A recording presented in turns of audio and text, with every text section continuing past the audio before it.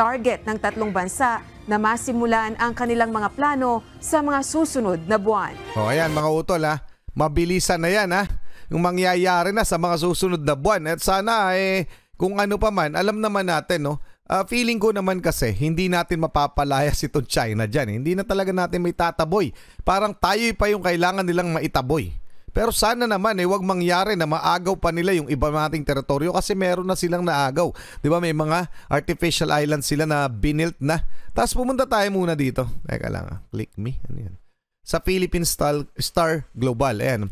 Philippines, US, Japan to boost maritime defense capabilities. Okay? Mga karunungan, kaalaman, teorya, kasaysayan, hiwaga at mga bagong tuklas. Alamin natin. Ewan ko mga utol kung eto'y masasabing good news dahil ang tugon ng ating mga kaalyadong bansa o partikular ang United States of America at Japan sa ginagawa o sa pagiging lalong agresibo ng China dyan sa West Philippine Sea ay eto. Ayan mga utol, Pilipinas, US at Japan palalakasin ang defense at security capabilities dahil na nga rin doon sa lalo ng tumitinding tensyon sa West Philippine Sea at kamakailan lamang mga utol, di ba winater cannon tayo ng mga yan sa Ayungin Shoal at sa Scarborough Shoal. Bukod pa doon, nagpatnag talaga sila ng mga barko at pinasok na mismo yung Ayungin Shoal. Sasakupin na nga ba nila o sasakupin na ba ng China ang Ayungin Shoal? So eto ang ating tugon mga utol. So pakinggan muna natin saglit, babasahin natin and pakinggan din natin yung panayam kay Secretary Gibo Teodoro. Samantala, nagkasundo na ang Pilipinas, Japan at ang Estados Unidos. Napalakasin pa ang trilateral cooperation sa usapin ng defense at security capabilities. Ito'y matapos ang pinakabagong harassment na ginawa ng China sa mga barko ng Pilipinas sa West Philippine Sea na Maganda rin naman, di ba? Alam naman natin na hindi naman tayo pababayaan ng US at Japan at bukod dyan sa kanilang dalawa na talagang ready to battle, may mga iba pang mga bansa na nagpapakita ng simpatsya at pagsuporta sa Pilipinas sa ating claim at sa pagkundina nitong ginagawa ng China dyan sa West Philippine Sea. Okay, mga utol, kasi hindi naman talaga makatao na yung ginagawa nila. Binubuli talaga tayo harap-harapan at yun ang siyang pinapakita natin sa mundo. Pero kabaliktaran ito kapag naglalagay o nagbibigay sila ng statement o pahayag na parang palagi pinapalabas ay mali pa natin. 'Di ba? Lagi rin nila sinisisi ang United States of America kaya daw nangyayari yung mga tensyon na yan ay dahil sa United States of America. Naniniwala ba kayo doon? Na dahil sa United States of America kaya sila kumikilos ng mga ganyan at kaya sila kumikilos ng ganyan ay pinaglalaban daw nila di umano ang kanilang soberanya. Nawala naman kasi nasa atin yan. Teritoryo natin yung inaagaw nila at tayo yung mismong ginaganyan sa ating mga teritoryo. Di ba parang sobra-sobra na. Okay? Sasagawa ng rotation at resupply mission.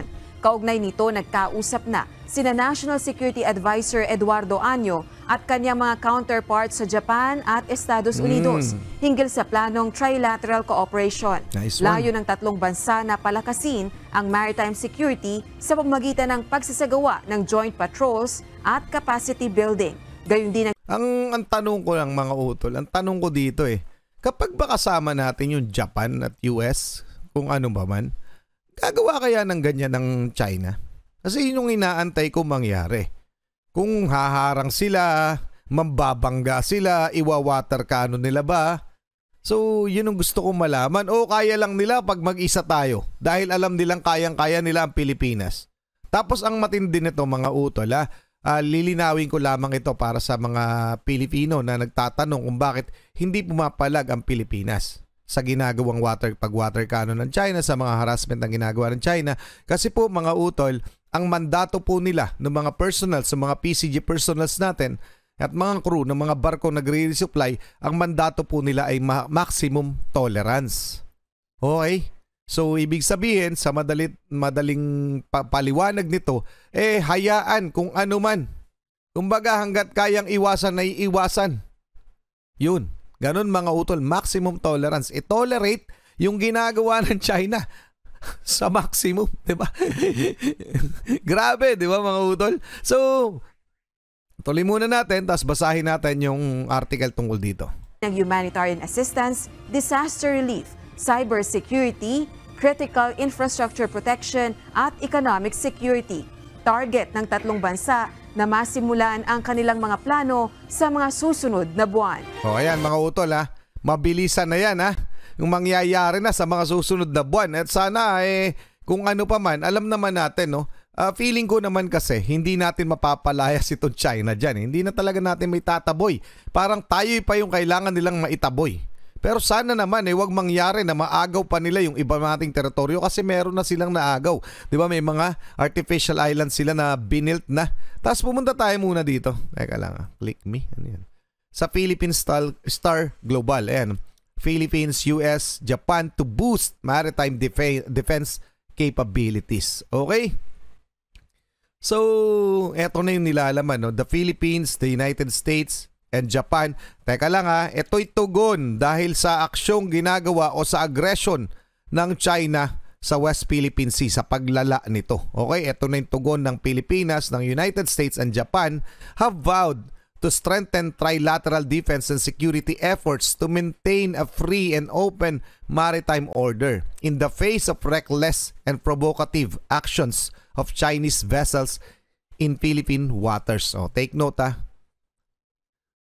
in the face of reckless provocative action of Chinese vessels in Philippine waters. Yan po yung naka-indicate. And in other parts of the South China Sea. Pero ang indication talaga ay yung sa Philippine waters. Sa madalit sabi, sa katubigan ng Pilipinas, ginagawa ng mga Chekwa na ito ang kanilang mga kawalangyaan. Okay? National Security Advisor Eduardo Año and his US and Japan counterparts Jake Sullivan and Akibat Takeo made the commitment, according to a readout from the White House in a 3-way phone conversation on Wednesday, where they reaffirmed their commitment to freedom of navigation and international law in the South China Sea and East China Sea, and fundamental importance of maintaining peace and stability in Indo-Pacific. So sa madalit sabi mga utol, ito pa rin ang mine-maintain ang ang pakay Ang pakay ito pa rin.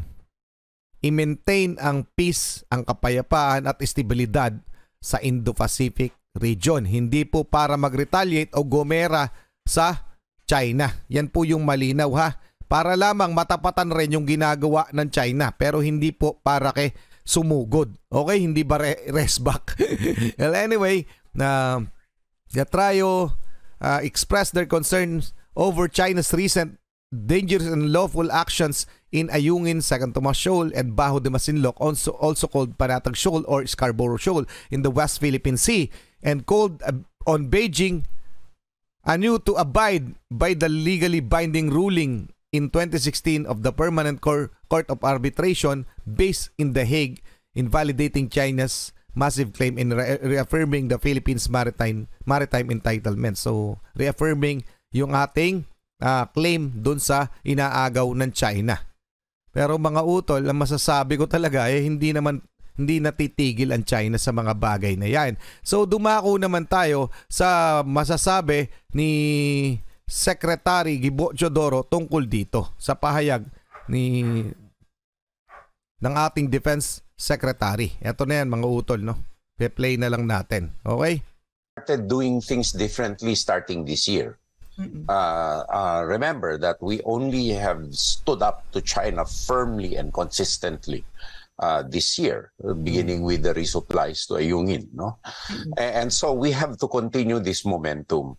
We have to continue a proactive diplomacy and engagements with other like-minded countries, whether in the region or outside the region. We have to challenge China's co-option of nations singly in order to alienate them from the Philippines. No? And thirdly, we should also educate our people that the request for bilateral negotiations without a framework, without accepted ground rules, no, with China is a weapon by China merely to delay us while it continues to swarm and effectively deny us Tama. our ability to dominate the area. Now, let's put things into perspective. Since we've only begun this year, and we've already gained traction from a lot of EU countries, from a lot of Asian countries, and we hope more countries. And we have also begun an important international awareness campaign. Let us be clear that international law is formed by consensus between countries and not domestically among Filipinos. So our audience here really is the rest of the world for there to be a consensus, no? So this is extremely important, particularly when there is an obvious imbalance of resources and power between China and us. So, go ahead. Okay. So ayan mga utol, no? Ang sinasabi dito ni Secretary Gibo Teodoro, kumbaga nakikita naman ng buong mundo, yung nung United Nations basically, nung yung ginagawa ng China. Kaya nga ang dami ng nagbibigay ng simpatsya at handang sumuporta sa Pilipinas. So parami ng parami ang kumakampi sa atin at parami ng parami ang kumukundina sa ginagawa ng Chinang pambubuli at saka pang-aagaw ng teritoryo. So darating ang panahon, baka dumating, sana dumating, yung panahon na halos buong mundo tutulak na sa China na tigilan nyo na yan. So pag nangyari ngayon mga utol, may tsansa na mapalayas itong China, pero sana nga ang inaasahan rin naman ng buong mundo wag mauwi sa gulo. So yun, ang pinakatugon talaga natin yung mga joint maritime patrol, paramihin yung mga na umiikot dyan sa South China Sea. Nang sa ganun mapigilan itong China sa kanilang mga ginagawa. Okay, maganda rin yung ating plano, pero syempre hahayaan natin sila kasi meron nga daw silang mga bagong estratehiya ang ating gobyerno na hindi pwedeng i-discuss sa media. So, aantayin na lang natin kung ano man magiging tugon ng ating gobyerno. Pero take note mga utol na hindi talaga natin basta-basta mapapalayas itong China. So, malamang sa malamang itong issue dyan sa West Philippine Sea o issue natin with China, tatagal pa. So, ano masasabi nyo dyan mga utol? Pa-comment na lang. Maraming salamat. Muli ako si Target Achilles in behalf of the Real South Pride Production. Okay, nagpapasalamat sa walang sawa niyo pagsuporta. Maraming salamat sa UNTV News. Maraming salamat sa inyo. Kayo mag-iingat, keep safe, God bless, at saludo po ako sa inyo lahat. Maraming salamat.